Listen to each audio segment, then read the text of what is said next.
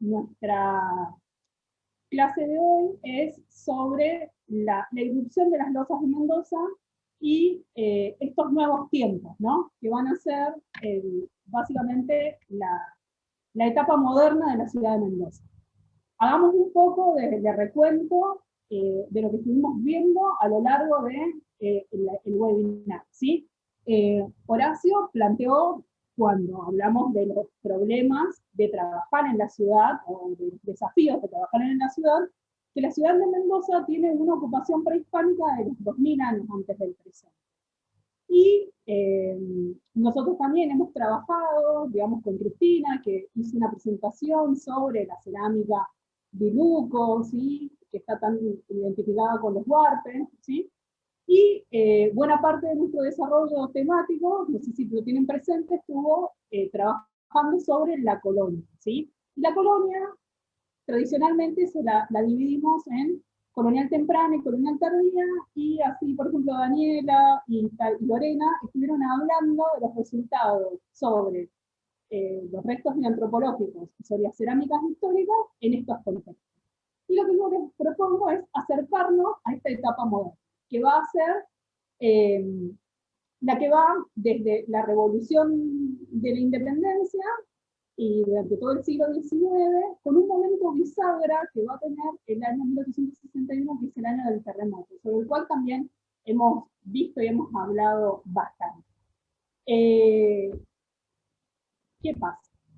Digamos, en nuestro caso, el terremoto, que funciona como una bisagra, como dice siempre Horacio, es el que permite o visibiliza el proyecto de la modernidad.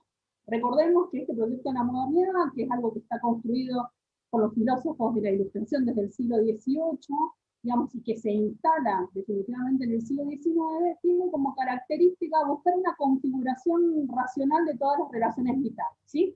Es el avance de la razón sobre varios de los aspectos. Y lo que nosotros vamos a ver es cómo las losas y, por ejemplo, la ciudad de Mendoza van a entrar dentro de esta lógica que va a ser la moderna a partir del terremoto de 1860.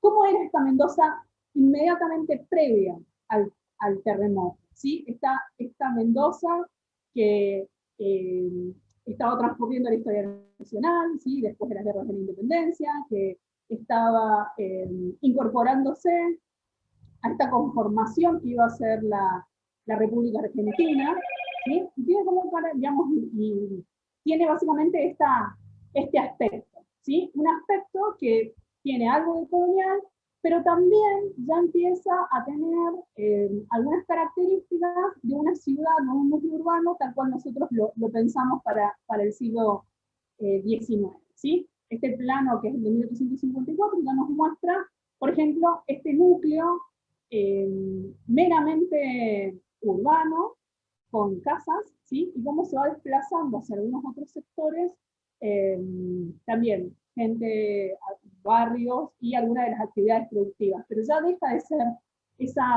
esa mezcla, digamos, de terrenos que tenían las casas y los viñedos, que estaban todos unidos o en forma conjunta, como lo habíamos podido ver en los planos de la época colonial. Entonces, es una ciudad que además se ha extendido en este momento, al momento previo del terremoto, ya tiene dos plazas, la Plaza Vieja, que es la Plaza Pedro del Castillo, que es sobre la que nosotros trabajamos, y es además donde quedan las ruinas de San Francisco y el Centro de Investigaciones, y la Plaza Nueva, que es la actual Plaza Sarmiento, que al momento del terremoto ya había extendido, digamos, la ciudad hasta 2 cuadras más hacia el sur. Muy interesante. Lo que les decía, 1861, año clave en el que el terremoto lo que hace es borrar esta ciudad colonial y permitir configurar esta ciudad que va a ser esta ciudad moderna. Esta ciudad, ¿sí? En realidad, el terremoto lo que nos va a generar va a ser la ciudad nueva, ¿sí? Que es una ciudad con plazas, bulevares, es una ciudad pensada, ¿sí? Que que en realidad materializarla llevó bastante tiempo, ¿sí? Alrededor de la Plaza Independencia, recién alrededor de 1871 se instalaron las primeras casas residenciales, ¿sí? Este traslado, digamos, no fue sencillo, ni por parte del Estado ni por parte de los particulares, porque lo que hizo el Estado, digamos, para incentivar, fue instalar primero edificios públicos al estilo francés, como lo que fue la Casa de Gobierno, el cuartel de la policía, el club social, y después es cuando se instala en realidad la casa de algunas de las familias más encumbradas, como los Villanueva, los Correa, los Videla, etc. La ciudad nueva, ¿sí? es esta ciudad que adquiere los rasgos que aún se observan, ¿no? Es la ciudad de las arboledas, de las plazas, de las calles anchas, de las acequias, de los bulevares, y esto borra este pasado colonial porque los dirigentes lo que querían era diseñar una ciudad donde fuera posible hacer una sociedad distinta. A finales del siglo XIX, en la ciudad nueva se mezclaban viviendas y comercios, todavía con algunos alfalfares y con algunas chacras que nosotros podemos ver ahí, y sobre todo, a nivel económico, lo que hay es una reconversión también económica con respecto a Mendoza. Mendoza, a partir de 1871, ¿sí? Se dedica y se convierte en meramente vitivinícola. Y esto da pie, como les decía, que se conformaran los emporios empresariales, donde básicamente se dedican a el negocio vitivinícola y complementan o participan estas familias encumbradas en algunas otras empresas vinculadas o derivadas a la vitivinicultura. Y esto, obviamente, después va a ser, digamos, fuertemente impulsado y modificado con la llegada del ferrocarril, y con la llegada del ferrocarril llegan los inmigrantes. Y otra vez esto ayuda a reconfigurar esta nueva ciudad. Ahora, ¿qué pasa con el barrio de las ruinas? Con lo que había sido nuestro lugar central en todos los trabajos anteriores. Como dicen unas historiadoras, que a mí me gusta mucho citar y recordar, que es Ana María Mateus y Dussel, que es la ciudad de las plazas y los bulevares no era para todos. Entonces, en el barrio de las ruinas es donde permanecen aquellos que por la lógica o por la racionalidad con la que se construye esta ciudad nueva, digamos, son los lugares que no son deseables de tener cerca. Entonces, están instalados, por ejemplo, el Matadero, que se acordarán que el Cabildo se transforma en el Matadero, ¿sí? También es la zona de los asilos de mendigos, el asilo de huérfanos, es donde está la mayor parte de los prostíbulos, algunos hoteles, la sociedad de artesanos, la escuela práctica de mujeres, y más hacia el norte lo que vamos a tener son basurales, ¿sí? Y más al norte todavía el cementerio. ¿Qué es lo que pasa, digamos, con los escombros? Los escombros van a ser parte del paisaje de esta Mendoza hasta que alrededor de 1886, 1890, durante la intendencia de Lagomayor, se pueden retirar porque él consigue un préstamo para liberar de escombros este sector. Y liberado el terreno, digamos, visualmente, es el lugar en donde se instalan los inmigrantes en conventillos, ¿sí? Y de a poco esos van levantando y van también reconfigurando este barrio de las ruinas, pero las condiciones continúan siendo precarias, ya que el equipamiento urbano, como por ejemplo el agua potable, tarda en llegar, ¿sí? Bueno, esta es, digamos, nuestro marco, ¿sí? Ahora, lo que sería interesante es saber qué son las losas. ¿Por qué irrumpen las losas? ¿Por qué son tan importantes las losas? En primer lugar, vale la pena, digamos, o la mejor manera de explicar qué son las losas es diciendo que es un material cerámico de origen industrial. Lo consideramos un barro fino, cocido, barnizado, en realidad tiene esmalte, y se utiliza, digamos, generalmente para hacer platos, tazas y vajillas. Básicamente es un material que nosotros conocemos y que conocemos mucho y muy bien porque sigue siendo habitual en nuestras mesas, ¿sí? ¿Quién de nosotros no ha cambiado varias veces de juegos de losa? Esta losa esmaltada se considera que la calidad es superior a las mayólicas, va a tener, digamos, otras denominaciones, se la llama también cerámica fina, digamos, los portugueses o los brasileños lo llaman payense fina, y en inglés no solo es una cerámica fina, sino que además está cocida a baja temperatura. Para mí, o lo que nosotros en general decimos cuando vemos la loza en los contextos arqueológicos, es que es la materialización de la revolución industrial en el registro y también nos muestra el cambio en la economía mundial, digamos. Esto que nosotros aprendemos o nos enseñan, que es la conformación de este sistema mundo, que va a significar el capitalismo, sobre todo el capitalismo industrial, nosotros lo vemos todo materializado en un fragmento de loza. Parece muy tonto, pero les juro que es así. ¿Por qué? Porque la loza no es un material que no aparezca en los contextos del siglo XIX en la mayor parte del mundo, ¿sí? Siempre vamos a encontrar trabajos que mencionan que en los contextos del siglo XIX aparecen estas losas. Horacio mencionó que, bueno, que yo me formé en parte con Alan Lerner, y él empezó trabajando, si bien es inglés, trabajaba con las losas en los sectores, digamos, coloniales de esta Inglaterra. Entonces, por eso trabajó en Australia, trabajó también en los países árabes. El origen de las losas también es como muy interesante. ¿Se acuerdan que Lorena nos había comentado cuando introdujo el análisis de las porcelanas orientales, que había toda una carrera y una idea, una fantasía de recrear las porcelanas orientales? Bueno, y las losas en realidad son parte de esto, digamos.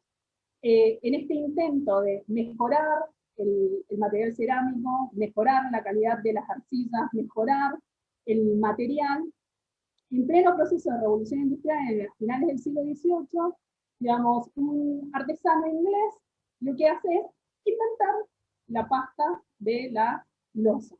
Y además el proceso, digamos, para elaborar las losas, que a medida que va pasando el tiempo se complejiza. Y eso es lo que nos da la primera, digamos, forma de separar a las losas o de caracterizarlas, que es según el color del esmalte. Esa es la forma más sencilla. Nosotros hablamos de losas creamware, fairware y whiteware, según tengan un esmalte color crema, un color azulado o son blancas. Pero, digamos, quiero hacer una aclaración importante, que es después de 1810, de 1820,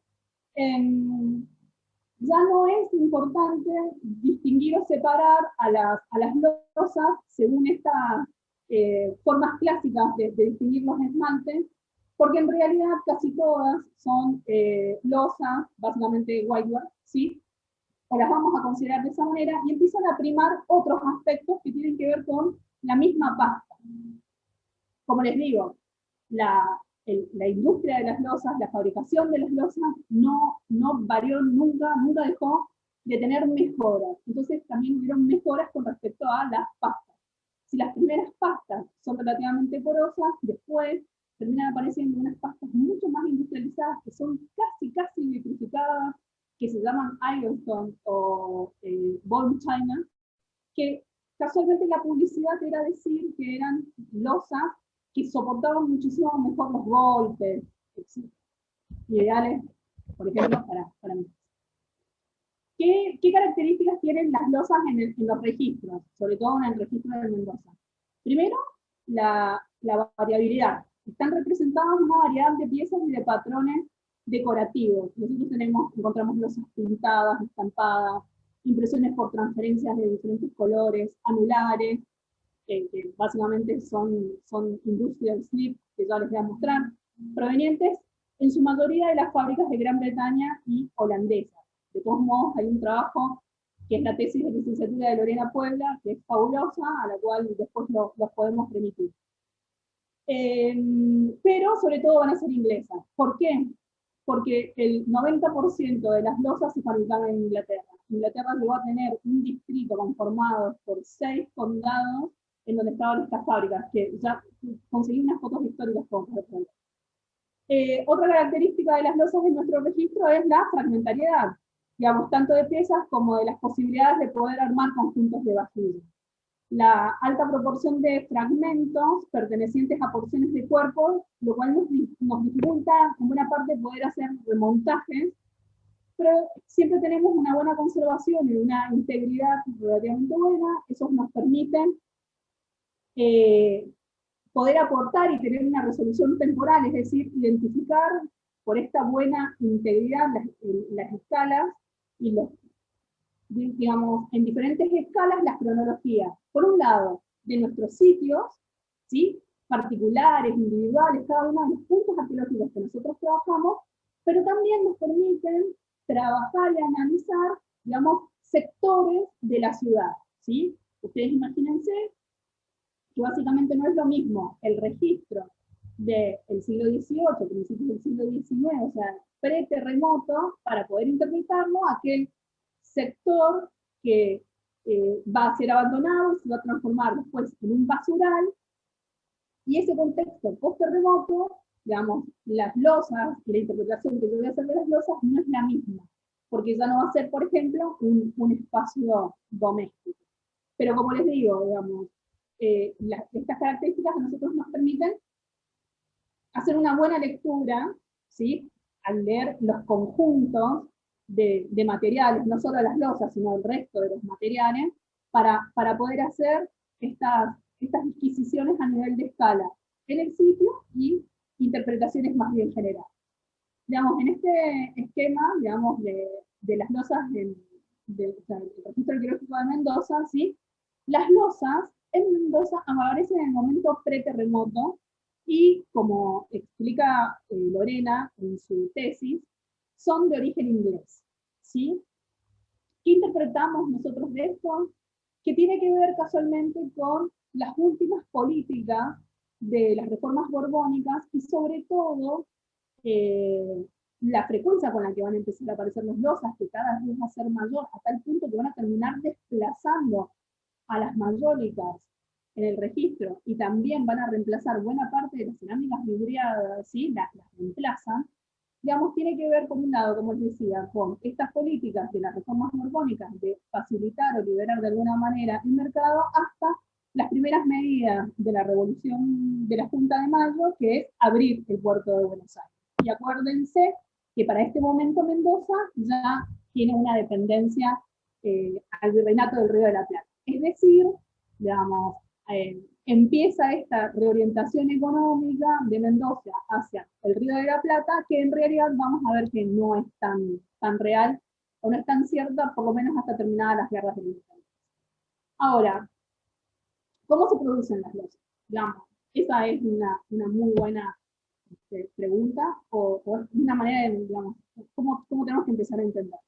Esta ilustración del siglo XIX lo que nos permite es reconocer los hornos de botella, que van a ser característicos de estos pueblos industriales, fabricantes de losas, y lo que vemos es a unos obreros que los están colocando adentro de ságar, que son unos protectores de arcillas refractarias, para poner las piezas ahí y a su vez meterlas adentro del horno. ¿Por qué?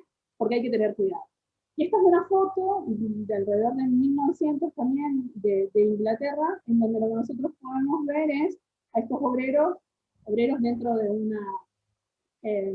una fábrica de cerámica. ¿Sí? Esta es parte de las vistas que tenemos aún hoy, en realidad estos son de la década del 30 y del 40, de estos pueblos, desde donde se produjo la mayor parte de las losas que les decía en Inglaterra, que eran básicamente pueblos industriales, estos pueblos dependientes de la fabricación de las losas, que después de terminada la Segunda Guerra Mundial, digamos, pierde la fuerza, la producción, y de estas solo sobreviven algunas fábricas bueno, que mantienen sus museos, etc. Ahora, ¿cómo se produce la losa? Digamos, es importante entender el proceso, porque también es lo que a nosotros nos ayuda después a identificar las losas, porque las losas se terminan definiendo por sus atributos decorativos.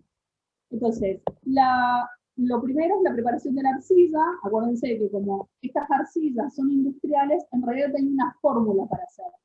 Y obviamente esta fórmula estaba registrada en la parte de patentes de Inglaterra, lo mismo que los esmaltes, lo mismo que los patrones, o sea que la documentación histórica con la que nosotros contamos, digamos, ayuda muchísimo a poder interpretar y a poder entender bien qué son los dioses. En general, este movimiento de arcilla, digamos, la preparación se hace a mano, ¿sí? Acá vemos cómo estas piezas las levantan en torno, ¿sí? Y se van armando. Algunos casos, digamos, también se hacen en moldes, ¿sí? Como en este caso de Castel, ¿sí?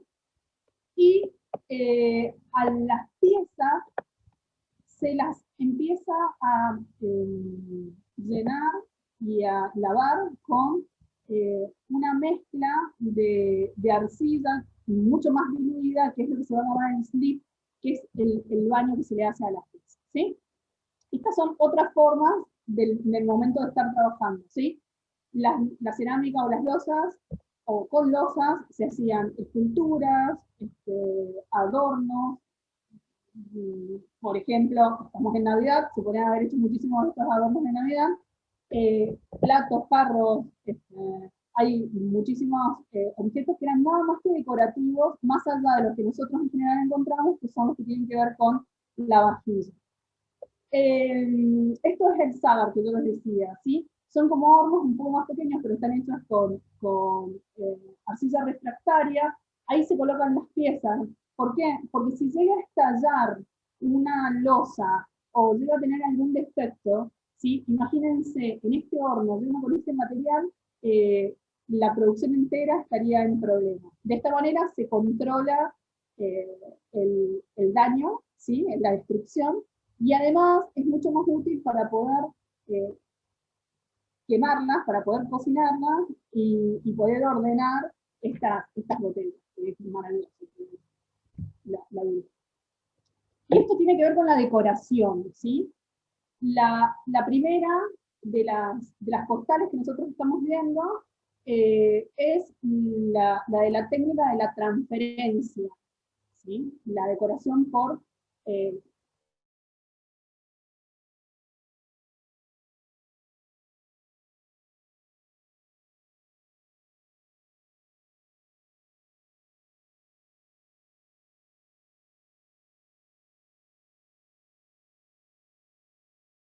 es necesario, lo que se hace es trabajar o pintarlas sobre el esmalte.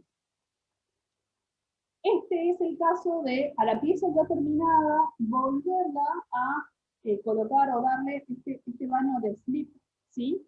Que va a darle una idea de tener anillos, ¿sí? Que van a tener profundidad. Digamos, es el modo en el que se decoran específicamente unas losas que nosotros llamamos anular mucho, ¿sí? Y bueno, los trabajos que se siguen haciendo, y como les decía, como son producciones industriales, obviamente empiezan a participar máquinas que se van patentando, que se van arreglando, que son para poder hacer mezclas, como para poder hacer cortes. Este es el lugar en donde en algunos de las fábricas que todavía siguen funcionando, digamos, se guardan los patrones, ¿sí? O se hacen, por ejemplo, en el caso los jarros, que van a ser muy populares en Inglaterra y en Estados Unidos y en Alemania, ¿sí? Y en este caso lo que nosotros vemos es algo que yo siempre me preguntaba, cómo hacían para ser tan habilidosos, que son las asas de las casas, ¿sí? Las asas de las casas se hacen por molde, se limpian, después se colocan y es una como fabulosa.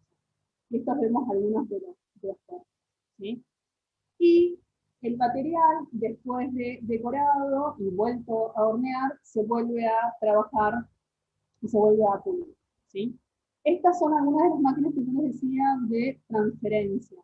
Estas ya son mucho más modernas y están hechos los tubos de, de cobre. En otros momentos, o al principio, en el siglo XIX, esta técnica en realidad se hacían con platos bastante parecidos a los platos que se iban a decorar, que eran los que tenían estas piezas de bronce. Y en algunos casos había que hacer montaje. Nosotros, con los que estamos analizando losas en las ruinas, hemos encontrado estos defectos o estos lugares en donde en realidad no estuvo bien pegado el patrón decorativo. ¿Sí? Y estas son algunas de las herramientas como para que vean cómo son los almacenes de las losas. Bien, ¿cómo analizamos las losas? Miren, nosotros lo primero que hacemos es identificar el fragmento, ¿sí? Y definirlo según las tipologías. Y estas tipologías, a lo largo del tiempo, han ido cambiando y han ido mejorando. Eso también nos permite, de alguna manera, dar pistas sobre la cronología y el origen de las losas, ¿sí? Esto es el paso previo a intentar explicar aspectos vinculados a las tendencias temporales, a los sociales, ¿sí? Digamos, nosotros podemos hacer una primera lectura relativamente sencilla que nos permite, digamos, hacer algunas de estas lecturas. También, cuando hay mayor interés, digamos, por ejemplo, cronológico con respecto al registro, lo que nosotros hacemos es trabajar con una fórmula que es la de South, que lo que te da es la data media, ¿sí? Pero la otra cosa fabulosa que tienen las losas es que a medida que uno las conoce y que conoce el origen, y sobre todo conoce la fabricación, digamos, el origen, quién la fabricó y cómo llegamos a la cronología, tiene que ver con otra cosa importante que es la identificación, digamos, que van a hacer las fábricas de sus piezas, porque lo que van a hacer es sellarlas. Estos sellos también están registrados, ¿sí? Estos sellos están vinculados a mucha documentación en la que nos indican en qué momento se usó, por ejemplo, determinado sello, cuándo funcionó esa fábrica, quiénes fueron los dueños, cómo se pagaban, cómo producían, dónde vendían estos productos, ¿sí? La mayor parte de esa documentación, obviamente, está en Inglaterra o lo que van a ser los centros manufactureros, como Holanda, Finlandia, etc. ¿Qué es lo que nos permite a nosotros? Digamos, caracterizar el registro como indicador temporal y de corte más interpretativo, a medida que vamos teniendo, digamos, estas primeras cosas resueltas. La distribución en el espacio, que nos puede dar pistas sobre las categorías o eh, los grupos sociales, ¿sí? Que estuvieron detrás del uso o por lo pronto de la adquisición de estos materiales, y después nos ayuda a pensar en cómo fue el descarte, ¿sí? Y bueno, y obviamente la relación entre contextos y materiales recuperados, y esto a su vez con otro aspecto de la modernidad que a nosotros nos interesa un montón, que es entender los discursos y las prácticas, ¿sí? Que se van a construir casualmente en el siglo XIX con esta idea de tener una sociedad nueva, aprovechar el terremoto para generar una sociedad nueva. Entonces es ver cómo estas cosas ayudan a construir. Y en los últimos tiempos, trabajando en colaboración con colegas de Valdivia, de Valparaíso y Alas del Grupo también, estamos, digamos, tratando de apuntar y tratar de entender la expansión del comercio británico hacia las repúblicas de América del Sur, ¿sí? a estos nuevos mercados, porque pensemos que terminadas las independencias, estas más repúblicas en lo que se transforman son en mercados para estos productos industrializados. Comprender un poco este viaje de las losas, o para entender por dónde están entrando en el caso de Mendoza, y nuestra aspiración máxima, que es tratar de definir los patrones específicos de consumo de las losas, ¿sí? ¿Cuál es la preferencia? ¿Se prefieren colores? ¿Se prefieren determinadas piezas sobre otras? ¿Dónde se compran? ¿Cómo se eligen? ¿Sí? Estas son algunas, como les decía, de las cerámicas, de las losas que nosotros encontramos. Las que están arriba son estas losas que se llaman de borde decorado, ¿sí? Estas son cerámicas rojas. Esta es estas que les decimos anular mucha, ¿sí? Que tienen este proceso industrializado en donde estos anillos, ¿sí? En realidad tienen algo de relieve, ¿sí? Pintadas a mano, ¿sí? Que se van a hacer muy populares. Estas están relacionadas con Holanda y con una tradición que tenían las mujeres de las granjas de pintar de esta manera sus propias vasijas, y después se pasan a las losas. La forma de hacerlo con stencil, ¿sí? Ahora, ¿qué nos dicen las losas? Las losas, aparte de decirnos de dónde pueden venir, ¿sí? Nos dan unas pistas para poder hacer lecturas en clave de consumo. Hay un trabajo muy interesante que está escrito por Horacio, por Lorena, y bueno, yo colaboré algo, que es a partir de entender, ¿sí?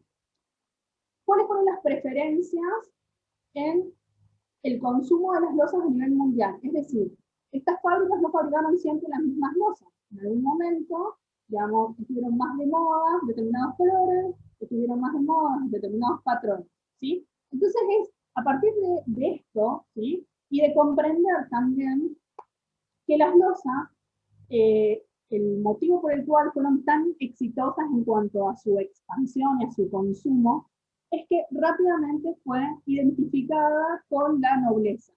El juego de losas más caro del mundo es un Grindr que se llama la losa de la rana verde, ¿sí? Que Josiah Wilbur se la vendió a Catalina de Prusia. Bueno, esa es la más cara, digamos, porque además esa está pintada a mano todavía, casi perfecta. Esta asociación rápida de las losas con las clases altas, con la realeza, lo que lo convirtió también fue en un objeto de lujo y algo al cual uno aspiraba tener, porque era una manera de compartir, digamos, con la nobleza este símbolo de estatus. Y de ahí, digamos, el intentar, digamos, generar cosas nuevas cuando clases, por ejemplo, la burguesía baja, digamos, clases menores, iban adquiriendo o iban llegando a losas que se veían similares. Quizás eran más baratas, porque eran imitaciones, ¿sí? Porque eran copias más sencillas, pero visualmente se veían muy parecidas. Entonces, eso llevó a hacer, digamos, estas modificaciones o estos cambios en algunos momentos, como bien lo explica Tania Andrada y Miller, digamos, en los mercados se saturan. Entonces, para hacer una lectura en clave de consumo, Tania Andrada de Lima, que es una arqueóloga brasilera, lo que hizo fue adaptar una propuesta de un arqueólogo norteamericano sobre la conformación, digamos, como de categorías, y las dividió como en cuatro niveles, ¿sí? Y en este trabajo, como les decía, se aplicó a Mendoza, ¿sí? Entonces, una cuestión como muy interesante. Y nos permitió, digamos, entender, identificar de otra manera, hacer una lectura diferente a las losas. Lo que les decía, bueno, son algunos de estos algunos, digamos, consumos esperables, ¿sí? Que estamos poniéndolo a prueba al analizar el resto de los registros. Utilizamos nada más que para los más grandes, y ahora yo me encuentro en el trabajo de esto ponerlo a prueba. Digamos, en su lugar había dado bastante paso. Pero también, ¿sí? El conocer mejor las tipologías modernas, las contemporáneas, al entender mejor cómo se fabrican las losas, cosa que nos ha llevado un tiempo, nos permitió identificar en nuestro registro algunos materiales que son extremadamente interesantes, que van a ser las losas conocidas como granito blanco y otras que se van a llamar azul difuminado. Las granito blanco, digamos, nosotros las habíamos interpretado como losas moldeadas, así como con un nombre como muy general, y no habíamos entendido que se trataban de estas losas de granito blanco. Esto nos llevó a problematizar, digamos, la presencia de este tipo de losas en los registros regionales,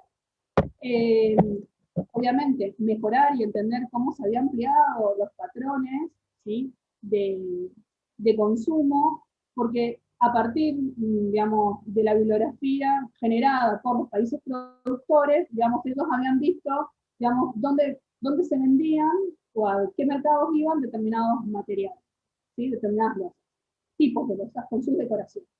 Y eso hizo que exista o que haga básicamente una definición de patrones de consumo generados o vistos desde los centros manufactureros. Pero en realidad, aunque no hay pistas que en Mendoza se haya vendido con Sudamérica, hayan llegado las granitos blancos o las azul difuminados, en realidad no son, nuestros registros tienen este tipo de material. Entonces esto pone en tensión a lo que todo el mundo daba por supuesto, leyendo nada más que actas de venta de losas, ¿sí? Entonces esto básicamente lo que nos permitiría es, otra vez, ayudar a definir los patrones específicos del consumo y empezar a ver mejor algunas de estas características del comercio digital. El azul difuminado es una losa impresa con transferencia o pintada que cuando se le agregan algunos productos químicos, en realidad parece que los colores fluyen, ¿sí? Y sabemos que aparecen hacia mediados del siglo XIX. Y en general son azules, pero también hay violetas. Y estos son, los que están arriba son nuestros casos, nuestros pequeños fragmentos, y abajo están las piezas enteras. Y nosotros, durante bastante tiempo, hemos tenido un material indefinido hasta que encontramos que podían ser también libres. Las losas granito blanco son semivítreas, ¿sí? Tienen formas huecas, tiene un color blanco, digamos, pero por el esmalte puede llegar a verse como azulado, y lo que va a tener son los bordes van a representar o espigas de trigo, ¿sí? O van a tener dibujos de plantas, ¿sí? Que son bien interesantes. ¿Y por qué? Porque en realidad, digamos, lo que llama la atención es que estén aquí tan al sur, es porque eran materiales que no se consumían en Inglaterra, sino que se producían para venderlos directamente al mercado norteamericano. Y nunca dejan de producirse en cantidades, pero la cuestión es que, bueno, estamos empezando a interpretar que durante la Guerra Civil Norteamericana no todos estos productos llegan, entonces lo que hacen es ubicarlos en otros mercados.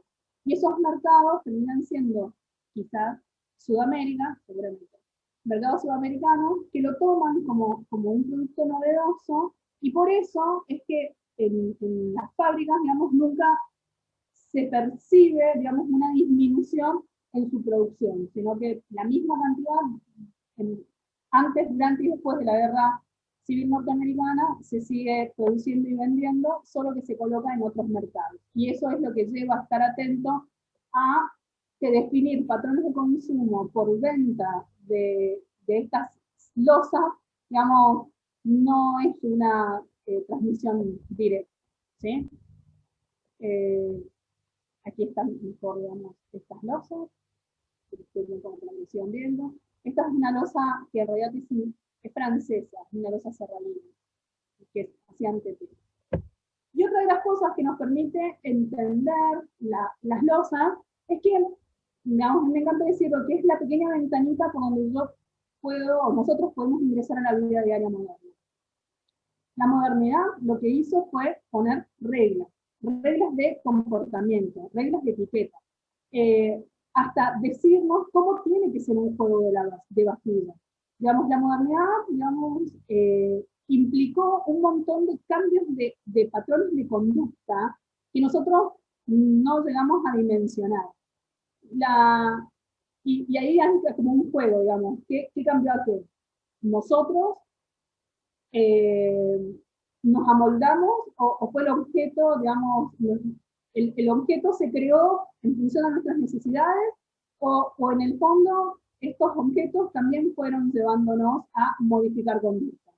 Para poder sentarse a la mesa, ¿sí? Y poder comer con las vajillas hechas en losa que tienen varias piezas, hay que tener una mesa, ¿sí? Por ejemplo, una de las cosas que empezó a ser individuales son las servilletas no se comparten más.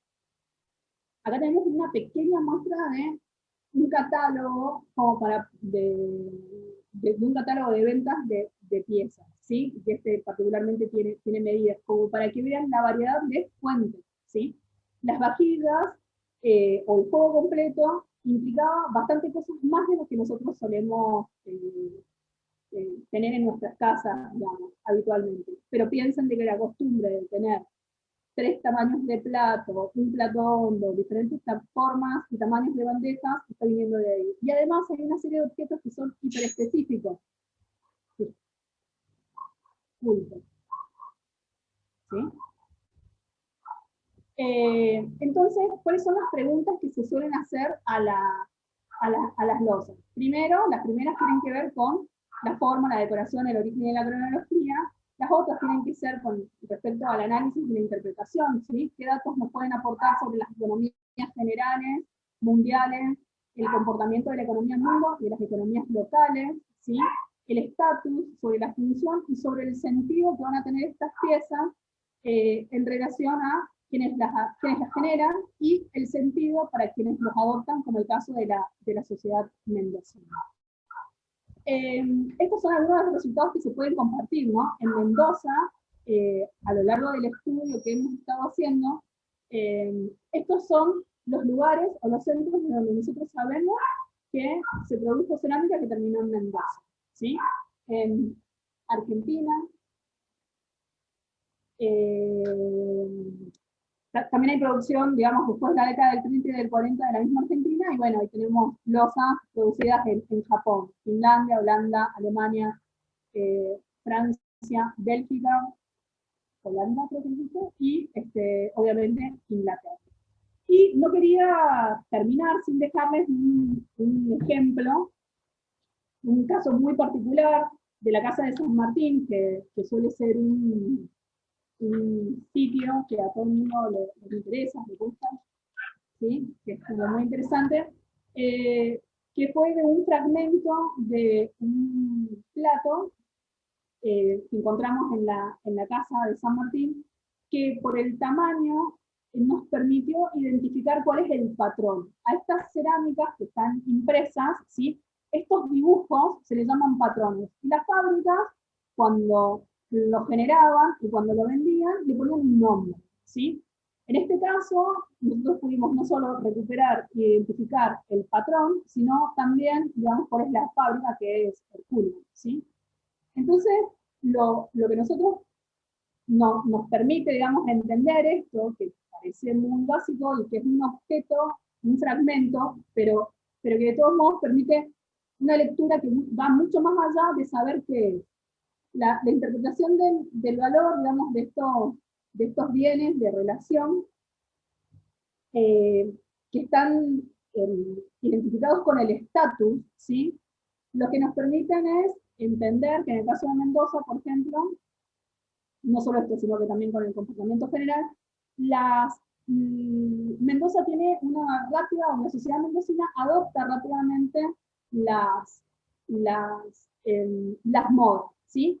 Pero el descarte de los objetos es muy aislado, limitado. Por ejemplo, nosotros no pudimos encontrar el resto de las piezas que corresponderían a este juego, sino que solo un plato. Es decir, hay una tendencia a quedarse con el resto de los materiales. No se descartan todos.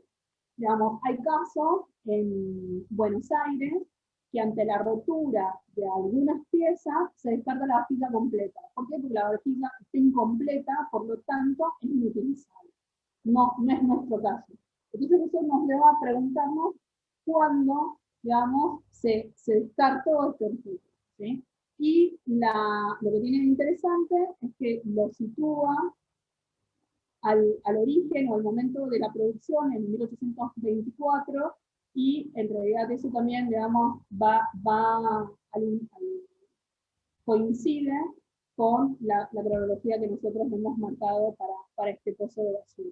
Pero bueno, lo interesante es cómo estos fragmentos en realidad nos ha llevado a entender absolutamente, vamos a unirlo hasta el momento de la fábrica, ¿sí?